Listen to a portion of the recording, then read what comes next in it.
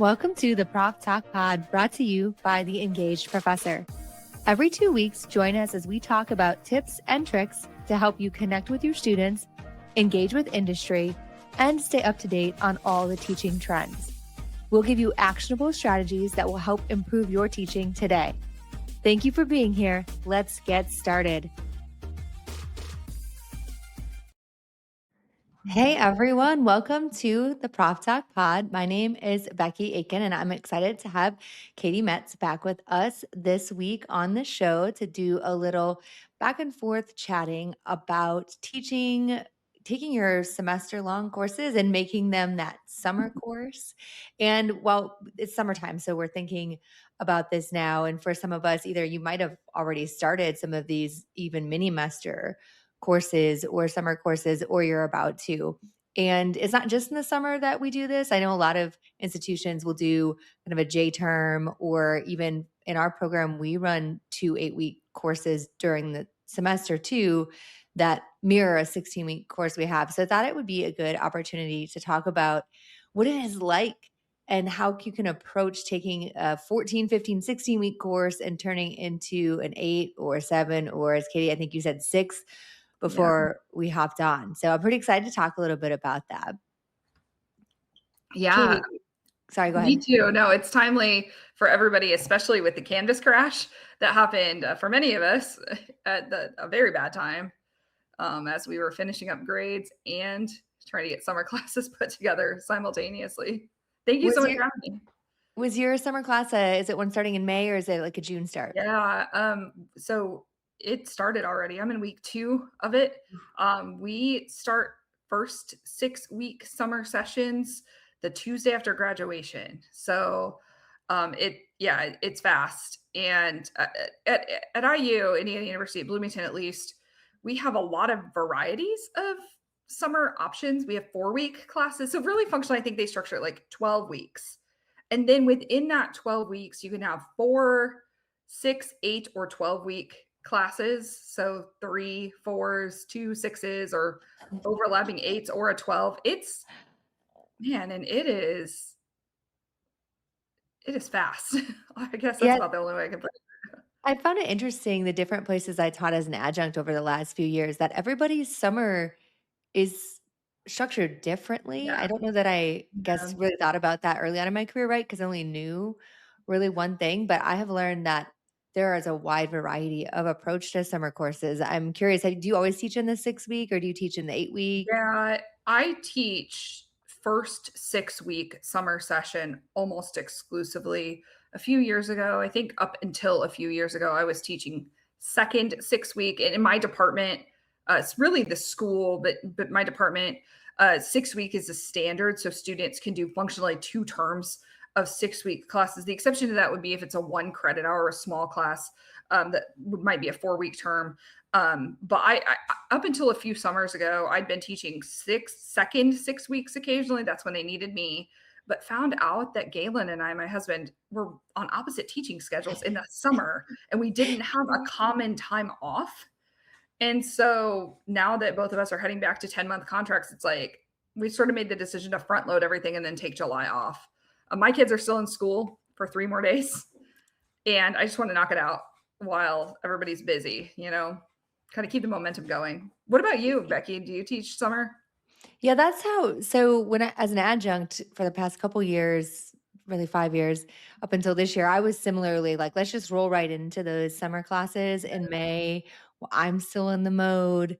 I'm still used to grading. I haven't gotten out of that yet. This summer at KU, I'm teaching a summer class that starts June 1, which is a little bit of a challenge for me because I keep having to remind myself that I am teaching it and it's only a couple weeks away, right? And with the holiday in there, that's a little challenging. And I had a friend the other day call this Maycember, where like everything is being pushed into a couple weeks. So yeah, I kind of wish almost that while the semester was still going, the spring was still going, that I had to get my summer course ready so that it would be started already. The challenge for that for me is while I'm still finalizing spring, and really before that, still in the middle of spring, I am planning summer kind of in full force. And so that overlap is tough. but then you get it done, right? Yeah. Yeah, it is Yeah, May. then you get a little bit of May I'd never heard that before, so May-December it Yeah, is. kids in elementary school, definitely. I think they have something every day this week to finish off the year, and it's chaotic right now. But I mean, I'd rather, I think, for me personally, just get the chaos done, and then the more I get into academia, the more, on a 10-month contract, especially, I want to be able to say I'm taking time off. I don't get paid during this time. Of a lot of service obligations that are ongoing, but that's sort of, in the background.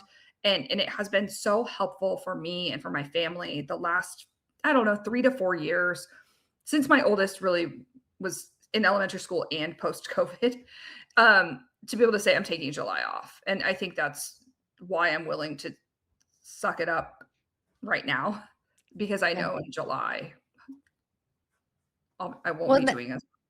it's interesting that you say that too, because so summer classes can be a lot Yeah, because you're trying to transition that semester long course, whether you have a 14 or 15 or 16-week semester, into a much shorter time frame without sacrificing content, rigor. You don't we try to avoid having students be like, "Oh, I'll just take that in the summer because it's easier in the summer than it is during the yes. year."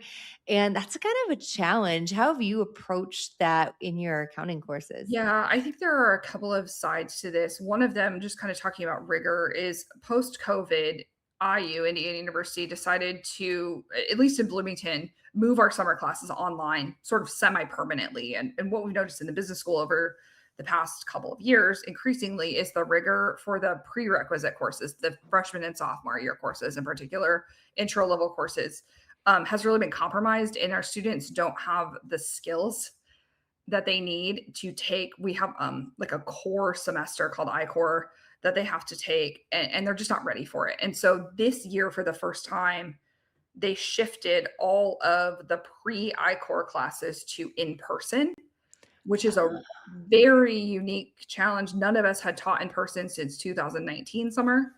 And so that has been interesting. I used to teach one of those classes. This is kind of another thing we can talk about in a few minutes, Becky, but switching preps in the summer. So up till this year, I was not teaching a summer class that I taught during the school year. I was switching gears. I was switching subjects. I was switching like difficulty levels and student level. This year I got lucky because they made that shift in person. I'm teaching online first 6 weeks to a group of students who are mostly junior level, junior heading, sophomore headed to junior, or junior headed to senior. And it's a class I taught in the fall and spring. So, but that's another challenge here.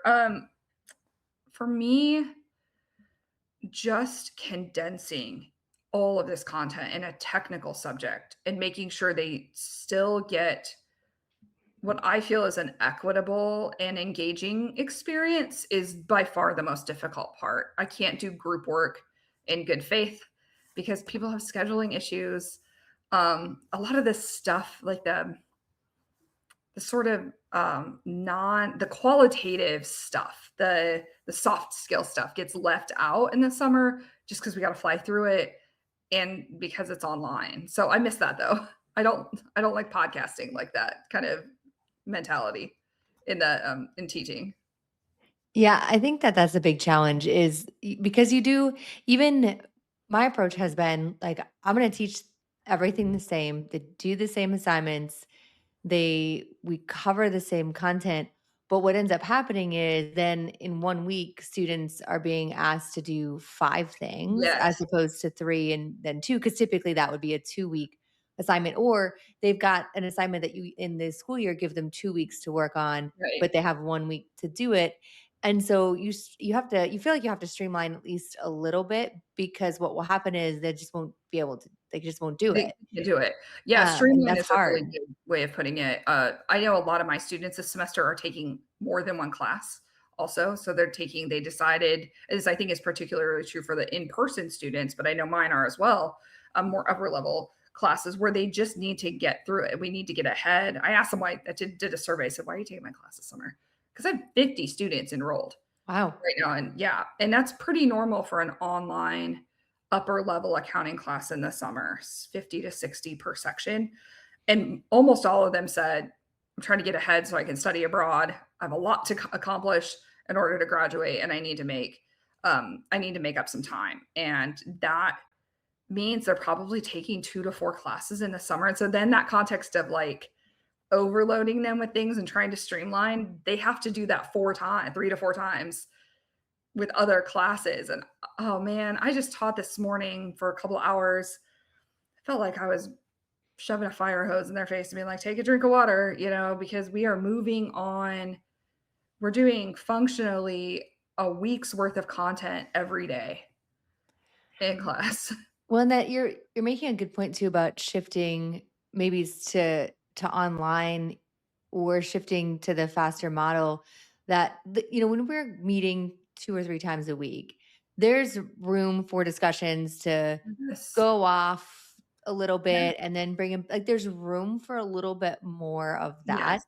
And you don't have room for that in the summer. And so sometimes what I would try to do is take things that I would put in the 16-week course to push us to go down the rabbit hole a Yes. little further. And I'll include those, but have them be an optional and kind of explain what they might get from value out of them.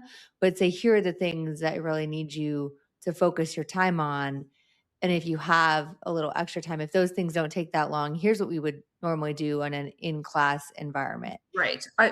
I still don't feel great about that. It's still, I think I still struggle a little bit with that as a teacher, but at the end of the day, they they need to be successful in the summer course. Otherwise, they took the summer course and you're going to see them again Right. in the fall or the spring to retake it, and we don't want And it's that a waste of either. money for them too, right? Right. Yeah, that is one thing I definitely think about. It's funny you say that because, one of the things I feel bad about is so my class is 6 weeks long, just a little framing here.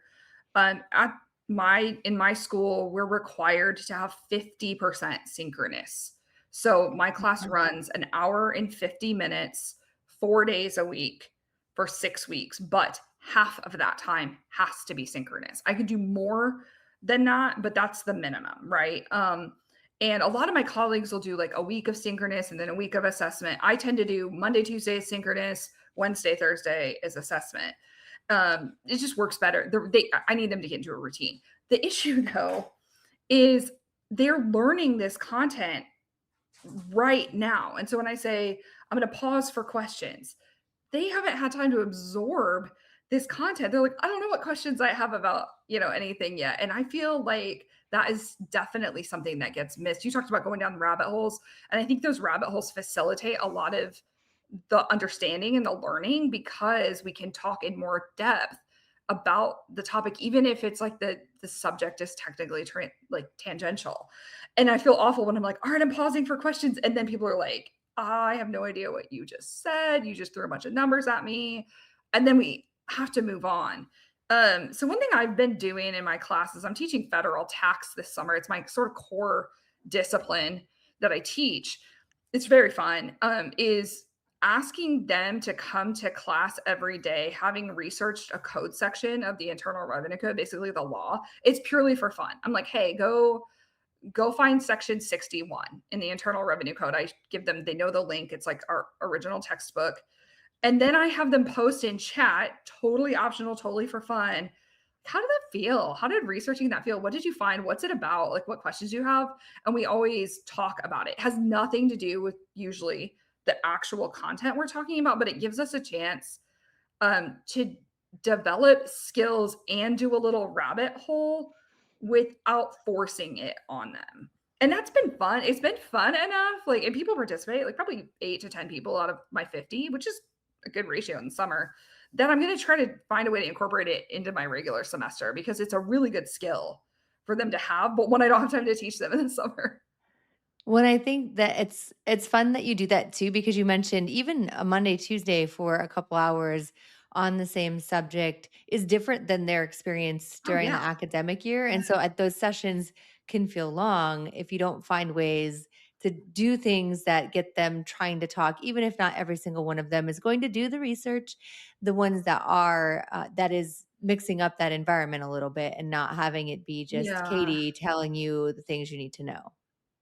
Right. And I feel like for me, a lot of the stuff that is required, this is going to sound opposite of what you might think, but I require a lot of things in this during the semester, the big semester, that are optional in the summer, because we don't have time to cram it all in. You would think that would go the other way, this optional practice, we have a long way to go during this semester. And now I'm finding that we have so much to pack in such a short period of time, that a lot of those exercises, because I do a whole lot of active learning, as we've talked about on many times on this podcast, I just can't get it done in that 6 weeks. I can't do it. And so a lot of this stuff, it's like, you'll benefit from my class if you're following along and doing the optional work, but I can't, in good faith, require that much output from you in that short of a class time, especially when we're just flying through content.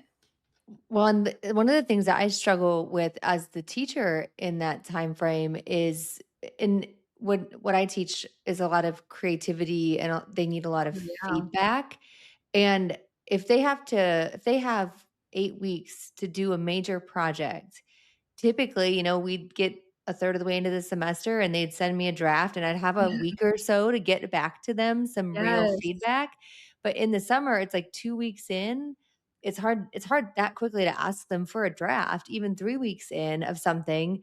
And then I also in 3 days Have to turn around and grade realistically it, need to right? turn around feedback. And I Happening to think me right that's now. that's challenging, Yeah. as we think about setting it up for our own time. I think that's one of those, especially for those who are new teaching in the summer, if you haven't put on your calendar a faster grading cadence than you might normally use during Yes. this semester, you need one. It needs to be, instead of I'll get grades back in a week, I'll get grades back before the middle of this week, Right. because there's just not time for them to do anything with your feedback if you don't. Exactly. And as somebody who's doing assessments, whether it's a checkpoint, kind of like a quiz or a case, every single week, I have to get them that feedback before it starts.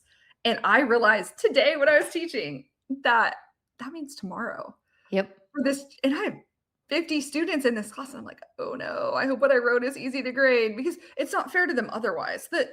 The pace of communication is faster in the summer. I remember I got course evaluation comments, like I think one or two last summer, that was like, she didn't respond to my emails fast enough. And it was like, dude, you emailed me at 11 p.m. and needed a response before our 8:30 a.m. class the next day. I get it. But the second half of this comment was, but I don't think that would happen during the regular semester. I don't think I would feel that way during the regular semester. And I mean, it's accountability on everybody's end to maintain that pacing. I think that is the big shock value. And if you don't plan your class very far out, you you got to get going on that, right? Like, oh no, I need to write that assignment because it's opening tomorrow, not 3 weeks from now. Yeah, I think that's one of the things that's easy to forget, because I mean, I would love to say that I'm teaching mostly the same classes now, so they're generally planned, but I'm usually opening modules the week before, tweaking things. In the Yes. summer, you kind of need 4 weeks done before it starts, Yeah. and to be pretty clear, because because what we just talked about, you have to focus on the grade return, so that's taking up some of your teaching time during the week that you might normally spend on prep. So I think that's a really important point to make too, is that the increased cadence really means that you have to be a little further ahead than you might normally Yes. like to be. And And also cuz it's everybody's summer. So while the students chose to take the class, they Mhm. probably have one or two things they're trying to work it around, and the more that you have that they can understand what they need to do. You don't have to necessarily open it for them, but if they Yes. can see what they need to plan on, it really helps reduce stress levels for Yes. everybody. Absolutely. And Becky, that brings up a really good point about the flexibility I think you have to have in the summer more so than during the school year. We've talked about attendance policies on this podcast before. And one of the things so during the semester, my team work is heavy. It's not even heavily graded. It's just they get into a team, 3 to 4 people, and every day in class, they're working in that team. They're doing low stakes stuff. They're working together a whole lot. They don't even do a big project together as a team until the final, but they're establishing a lot of camaraderie in the class. And we can't do that at all during the summer because of exactly what you just said.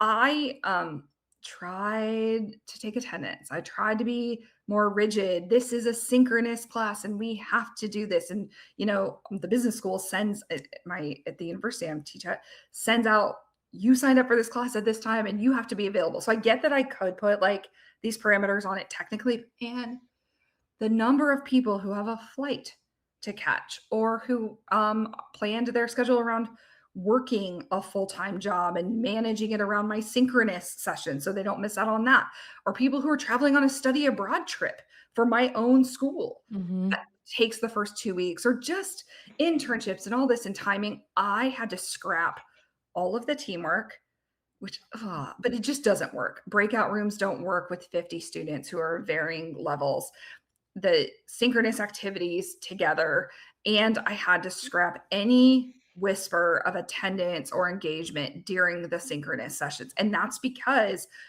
it is too much work.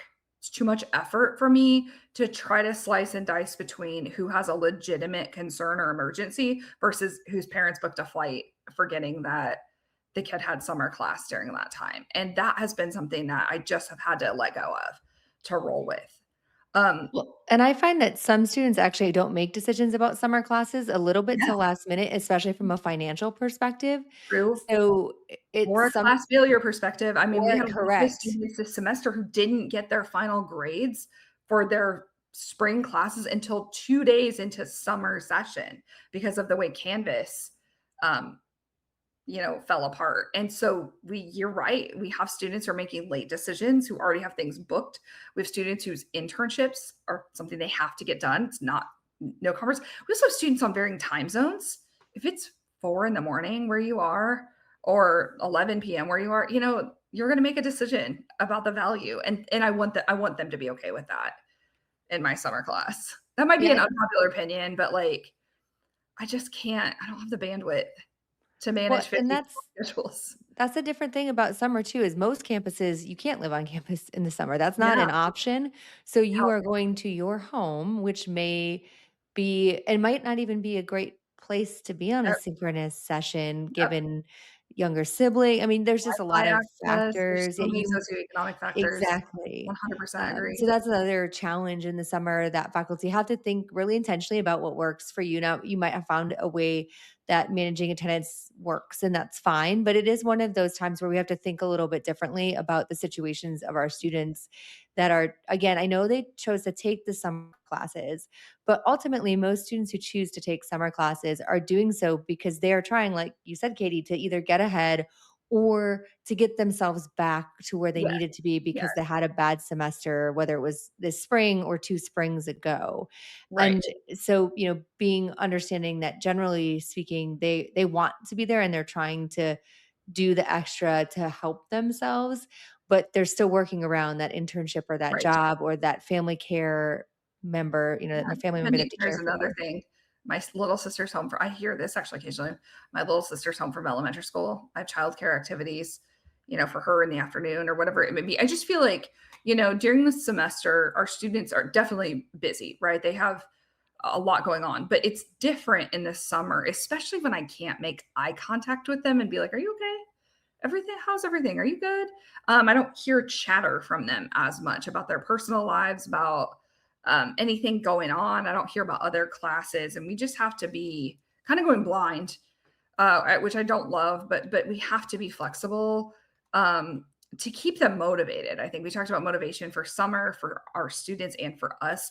One of the motivating factors for me is attend if you can to the synchronous sessions. I do timed checkpoints, but it's a very generous window of time. They have to take it 12 hours and do your best to get it done. Because if you fall behind, it's really hard to oh man, it's really difficult to catch up. We're When I already think like a third of the way through the semester right now. Yeah, because 'cause you're in week 2 of a Yeah. 6-week class. Well, and that's another important thing from the instructor side, and I do feel like a lot of times on the podcast, we talk about things that end up being additional work for instructors, Mhm. but this is a place where really clear communication with your students about what 100%. it actually takes to be successful, down Yes. to this is how many hours I recommend you set aside per day in this class, and doing that in your if it's an asynchronous class, in that intro video, in your syllabus, so that a student can make a value Yes. decision day 1 or day 2, like, "Is this actually doable for me or Yes. not?"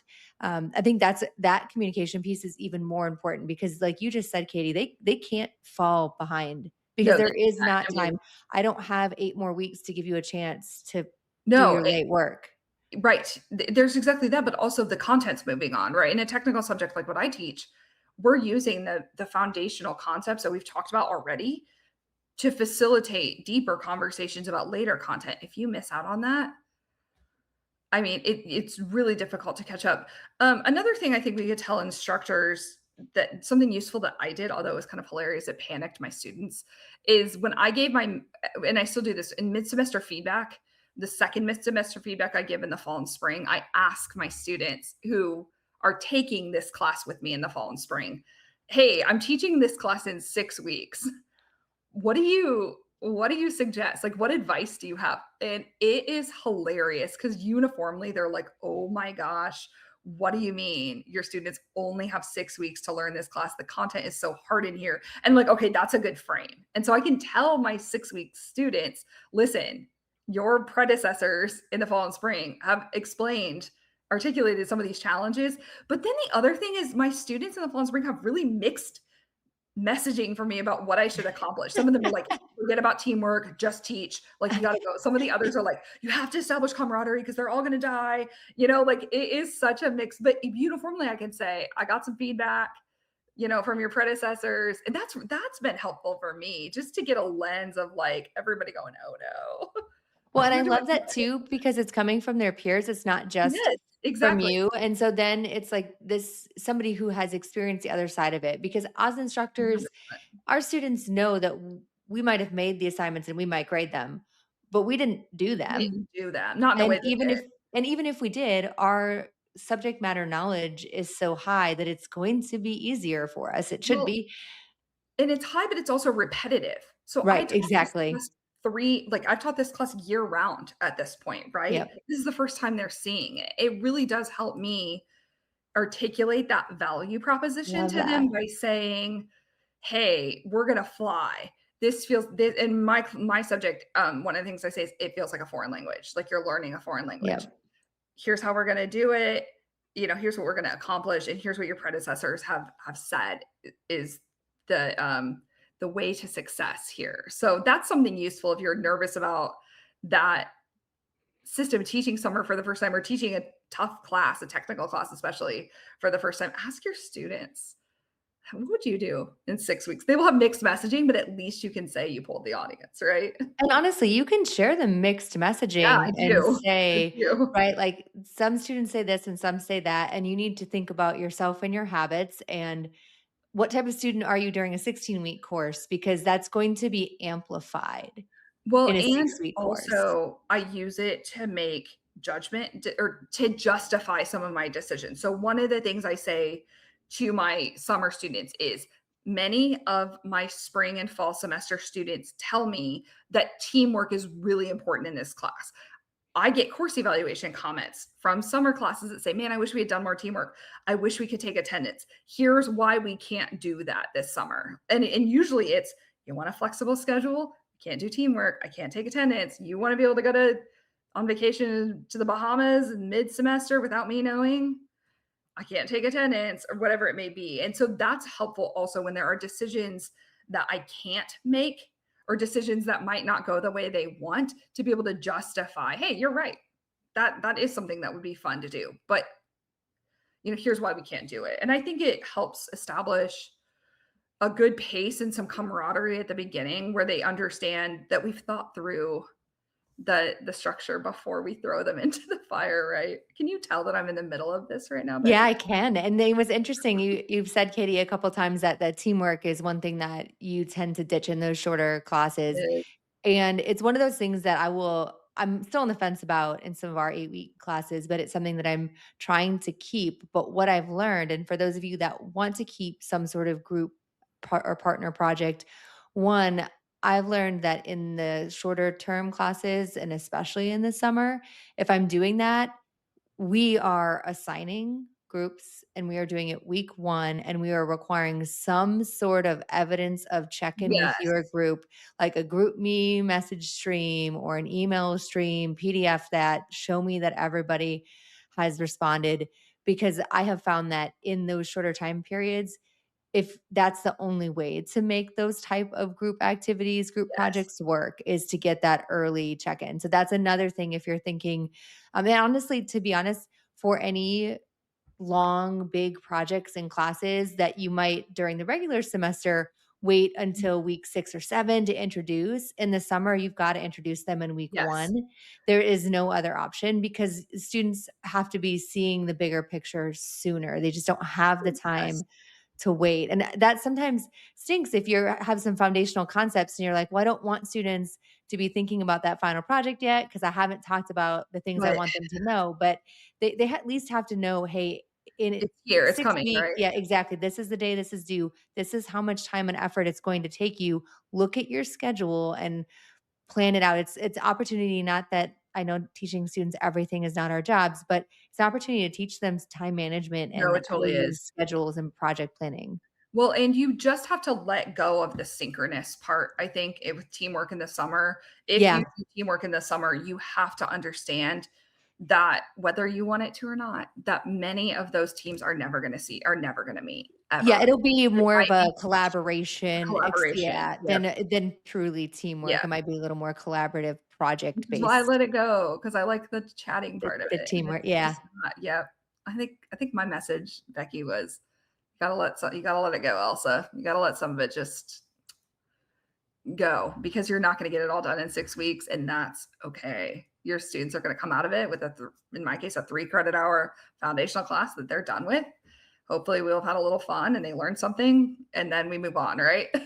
And when you're thinking about what to let go, like oftentimes we'll have 2 or 3 activities or assignments that are connected to the same learning outcome or Yes, are yes. you so you might choose one of those. Repetitive learning, And usually repetition is because what goes away. remember too that, right, like in a class like accounting, I took accounting in the summer actually in undergrad, accounting 1 and accounting 2, not because they were easier, but because doing it every day made me Yeah. actually remember it. It was a discipline for me Yes. that made sense for.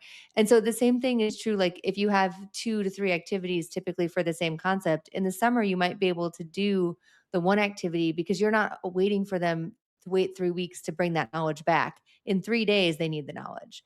And so it's almost like a faster retrieval for them. Yeah, So you might be 100%. able to get away with, yeah, pulling out some of that. So, okay, I feel like we could keep talking about This this, is but so fun.